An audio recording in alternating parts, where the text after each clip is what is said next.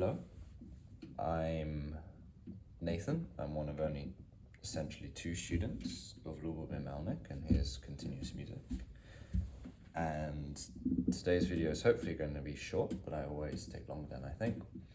We're going to briefly talk about the importance of a closed hand in continuous music.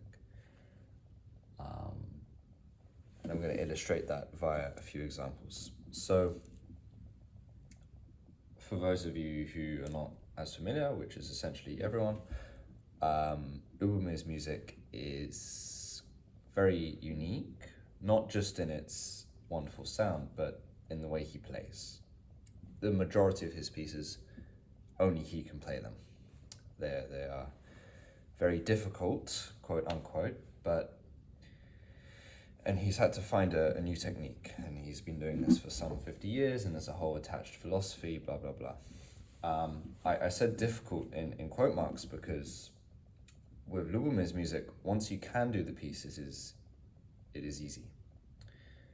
Like, by design, all the motions in a piece of continuous music are natural for the hand. So once you understand the motion and you understand that you can do them and you have the confidence and the presence of mind and the calmness to execute it, it is easy.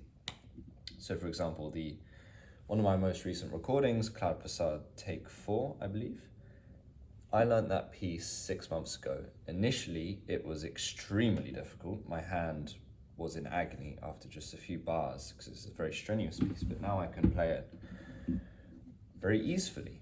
I can sit down at any time of day, I could be completely exhausted, and I could play this piece, and it is easy. This is the point. I never had that experience with conventional music. Even if I knew a piece very well, I would still have to really concentrate. It'd be very tricky still, all of these technical movements, these unnatural jumps and random chords. It's very beautiful, but it's very different, and it doesn't, the focus is not on natural hand motion, the way it is in Lubomyr's music. So, anyway, part of what makes this natural hand motion work is, or how best to do it in continuous music, is that you need to be extremely relaxed, and a core component of that is having what Lubomyr calls the closed hand. So,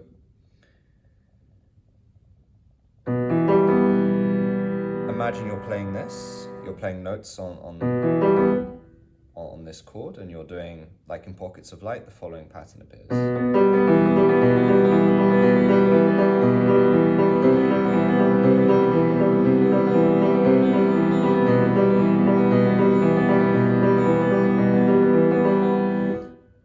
And what is hopefully clear to you from the video recording is that my hand is in this closed, comfortable position with no stretching for the majority of the time. I only very briefly make the stretch to reach the lower note, and I use my wrist to swing myself down. I strike the note, and then I bring myself back up. I am never in this tense, stretched position for more than a few milliseconds, really. And the hand very naturally comes down and it comes back. I'm not snapping my fingers back, they just move naturally. This is how it is for me now. They just come back, and I'm in this comfortable closed position again. That's an example. So, things like this, everybody can play comfortably at speed, right? I mean, the speed will come later maybe, but there's no stretching here. So you'll probably not find any muscle pain whatsoever if you're playing just a simple triad.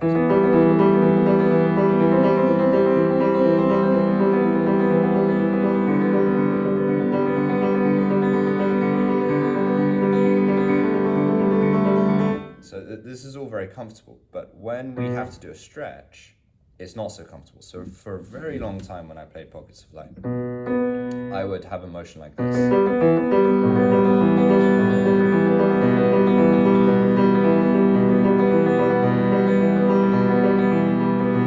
I would just see, okay, I've got this chord and now I must stretch to reach all the notes of the chord. And I just kind of stayed like this. And this was very painful, but even when it wasn't painful, so I was playing more slowly back then as well, even when it didn't cause me pain, it completely obstructs the flow of my hand. It's not easeful, it's not natural, it's not rolling, it's not fluid. In this position, every press note, I'm kind of forcing it from the individual fingers as well. Like I'm just pushing my thumb, pushing my index finger.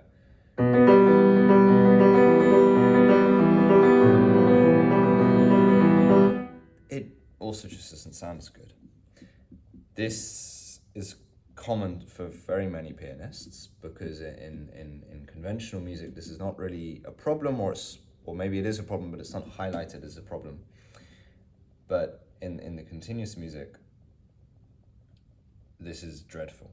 So Lubomyr always told me, look, Nathan, this is bad. You should have your hand more closed. And I tried and I didn't really know what he meant, and it took me a long time to get used to it, but there we are.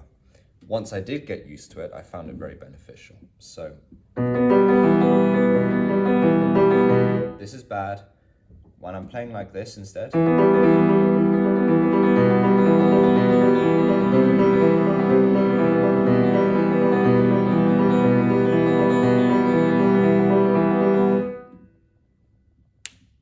my fingers are closed, I'm very relaxed, and also kind of all the strength is in the center of my hand, and I can push down on the keys using my wrist and my forearms as well.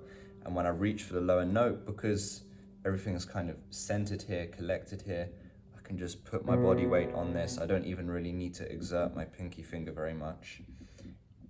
You can be much stronger with this position, as well as much more fluid and so on. So that's one example. Let me just give you another example. So maybe you're doing not a stretch, but you're doing an arpeggiated motion. Let me give you an example. So this is from Circular Etude number 4.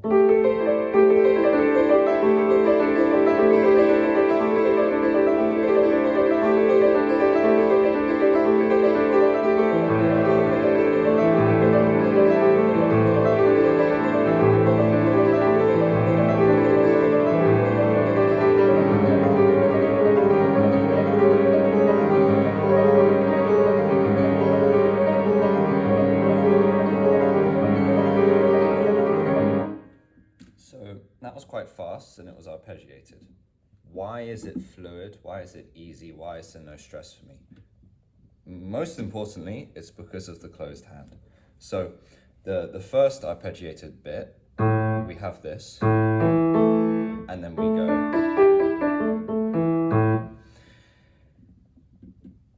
I think most people would not play it the way that I was playing it, which is why I'm making this video. So what am I doing?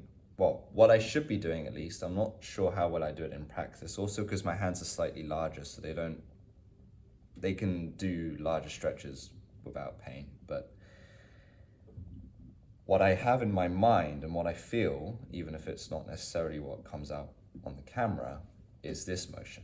I'm starting here and I'm closed, I'm relaxed, there's no stress. I reach the second note, I begin to pivot. My thumb can now come to this position on the upper A, but notice there's not really any stretching. This is quite relaxed. And then I just comfortably swivel over to hit the A again. And even when I reach up here, to avoid this kind of stretch, I'm just moving with it, just like that.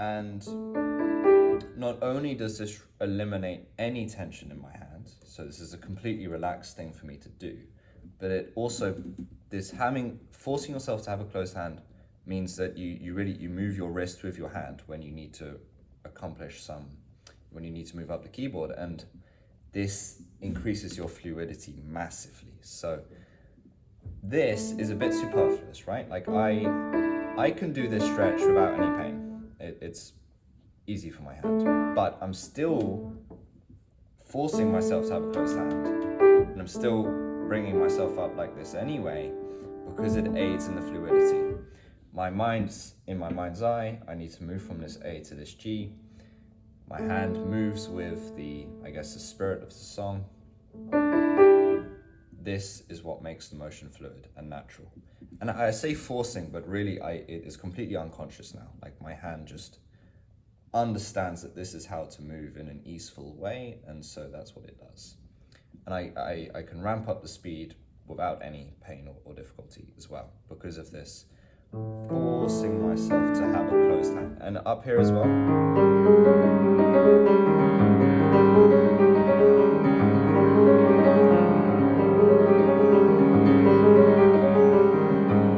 The motion.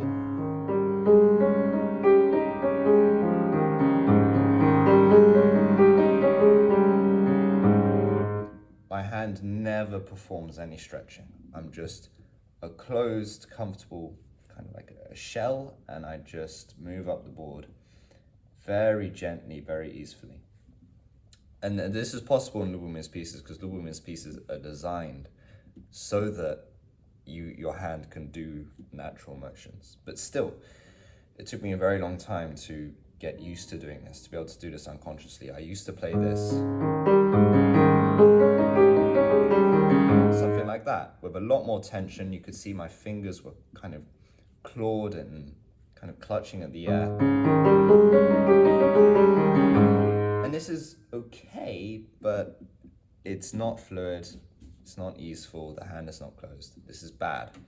It might be okay for conventional music, but in the long run, when you're playing this at speed and you've just been playing for 2 hours, this is going to really hurt you, it's going to trip you up. So you must have this closed hand.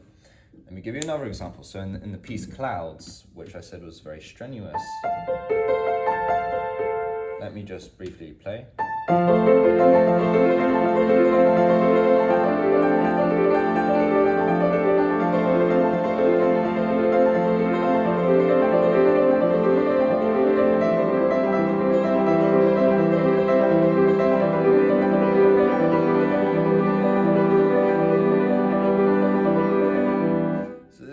About clouds.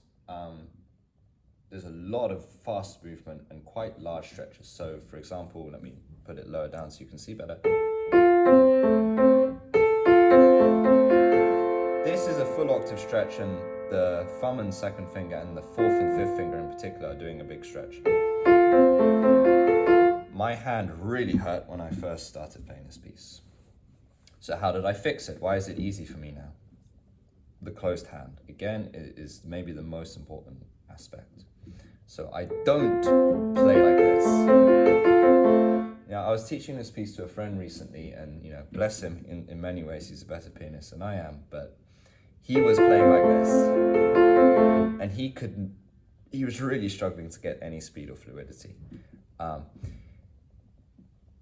If you start here, closed hand, you hit the fourth finger on the F, and you just swivel down, and then you're here now, and your fourth and fifth fingers have not stayed here, they've just come back down with the hand. And when you come up, you're just gently swiveling, and you take your second finger off, and it snaps back. Your hand is closed the entire time, it's very relaxed. This is how you should move. This is an even larger stretch, but I'm doing the same thing.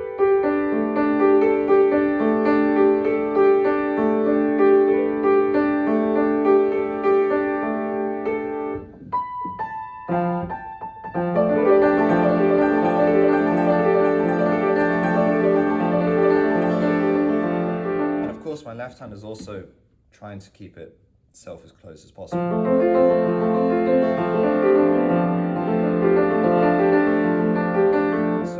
This chord, when I reach about here, I start lifting up my fifth finger, lift up my fourth finger, I bring the fingers with me, I use my wrist to swivel myself over, I my hand is closed, the strength is in the center of the hand, I can just put my body weight on the G.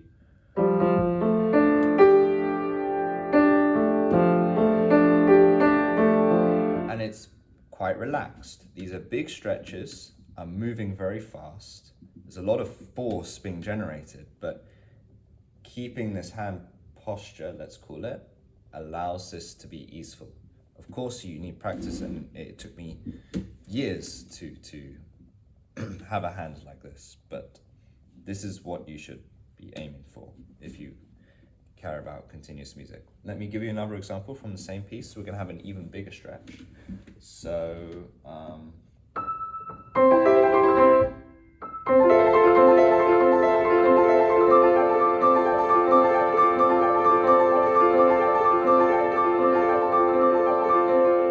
this isn't the one I wanted to show, but just notice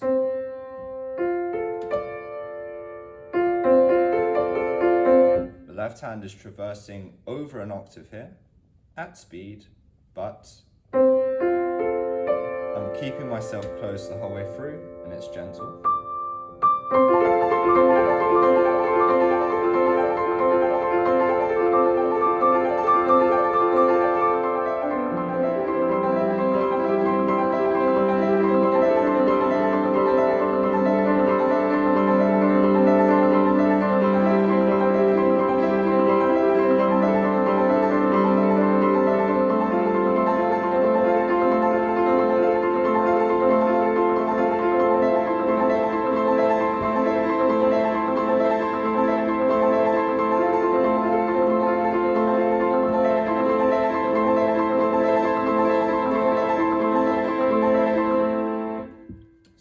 A couple things there. The left hand was quite stretched in all of these positions, so in particular in this one. But it was fluid and easy, again in large part because of the closed hand. Now you might be thinking, if anyone is thinking, look, your hand is not really closed here. There's a big stretch between the index and the thumb, and this is true. So I stay closed, and then I make a kind of jump. So you can stretch in continuous music, but you want to stretch, if you must stretch briefly and easefully. So I'm kind of springing, again from this closed, comfortable center. I'm springing my thumb out with the wrist helping it, and then just taking it back very swiftly, and it's kind of easy. And then there was a really big stretch.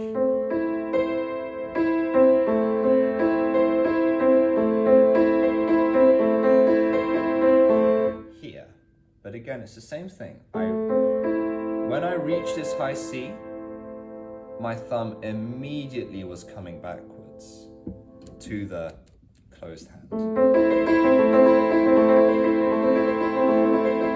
I'm not thinking about it, it's just a natural thing that my thumb wants to do. It wants to spring back and wants to return to equilibrium, wants to return to its comfortable center. And I'm almost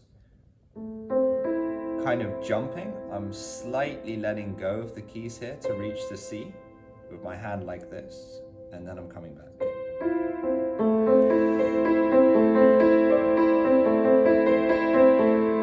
All of this is with the intent of being relaxed and fluid. Yes. Let me give you another example. So, in pockets of light, you have positions like this. You're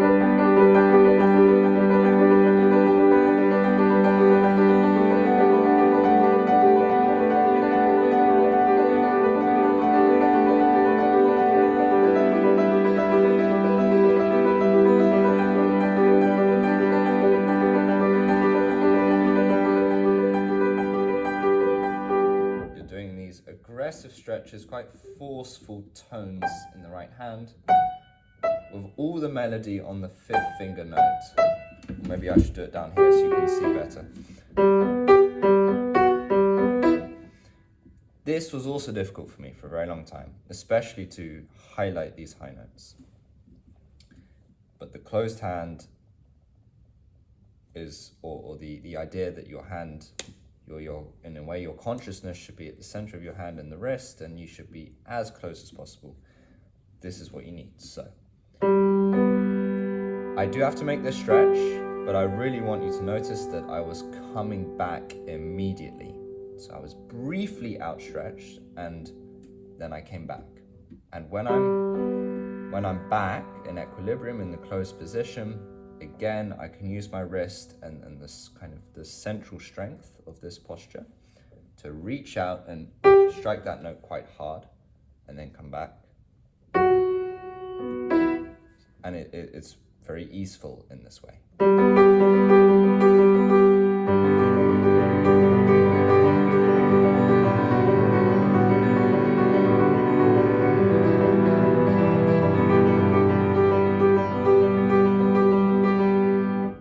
And I feel very powerful as well, because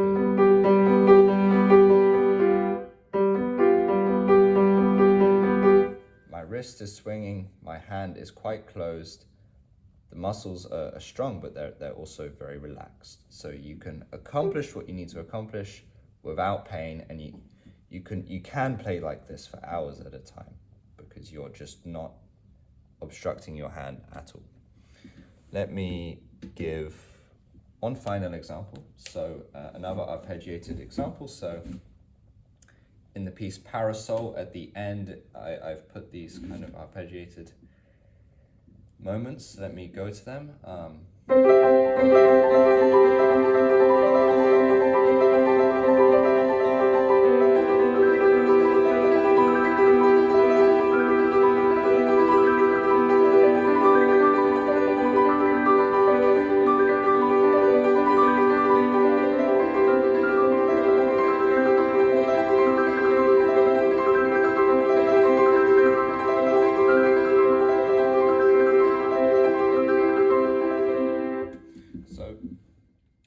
To say about that motion. It's a new technique for me, but with regards to the rest of the video and having a closed hand, let me do it lower down so you can see. Let's take, for example, this arpeggiated thing. So I was doing the G major.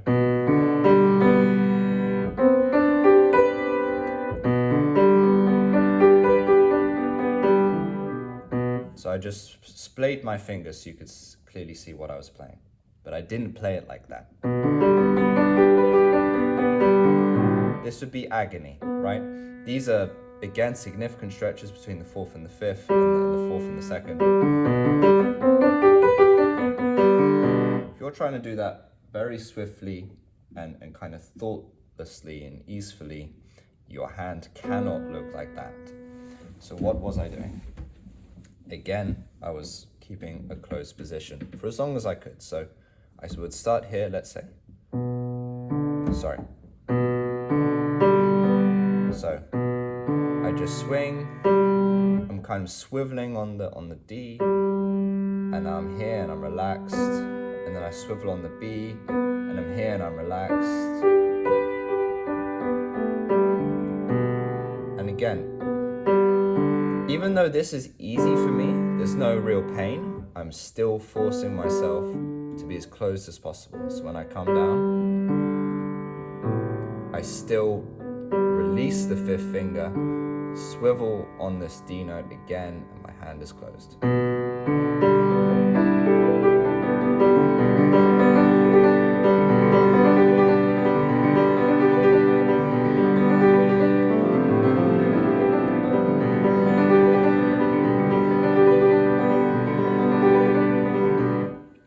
And it feels like I'm springing. So a lot of fluidity comes from forcing yourself to move like this. So I'm starting here, angled upwards, ready to spring up the keyboard. And then I end here, angled downwards, ready to come back. But my hand is again closed. It is relaxed. And my wrist is really helping me throughout the whole journey. So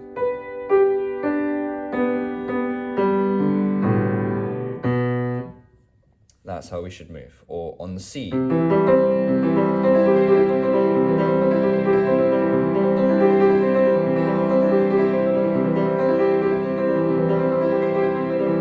I find this position the most enjoyable.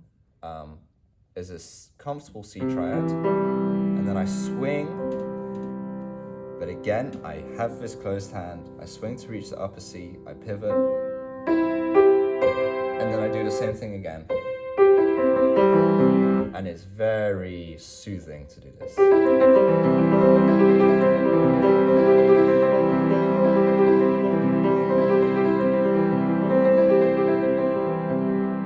And my fingers are never overstretched throughout the motion. And it's comfortable. So that's many examples of where the closed hand is useful, and some demonstration of how you might achieve a closed hand. So when Lubomyr plays, he does some arpeggiated motion like I've done, but he does much more impressive things. Some of his pieces, like Beyond Romance, is crazy, scales all over the board, very fluid. But when you watch his hands move, it just looks like this, and he's just gliding. The motion almost looks impossible. But it is possible. And in fact, his whole music is only possible in part because of this emphasis on relaxation and natural motion. Your hand should allow the music to come into it. It should be an easeful flow. It should not be doing something alien or random or unexpected. And in a way, the closed hand is it's not a strict rule that you must adhere to. Indeed, you do sometimes have to stretch. But it's more so that in Lubomyr's technique, your hands will want to become closed anyway. You will simply want to do what is most natural. And it turns out that this is the most natural thing to do. To be comfortable, to have a strong center. Maybe branch out from your strong center when you need to, but even then, the fact that you have a strong center allows you to do this with strength. So I can reach, if I have to just stretch, I can stretch without any pain and with strength. This is a key aspect of the technique. I'd heard it for years, but only recently have I begun to really understand how important it is.